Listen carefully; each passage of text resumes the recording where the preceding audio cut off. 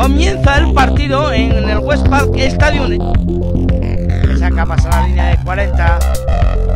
Canosa hacia el flanco izquierdo para Pablo Fijó. Hace una carrera larga, le flancan. Llegan las ayudas. Facundo Lavino para Glenn Rolls.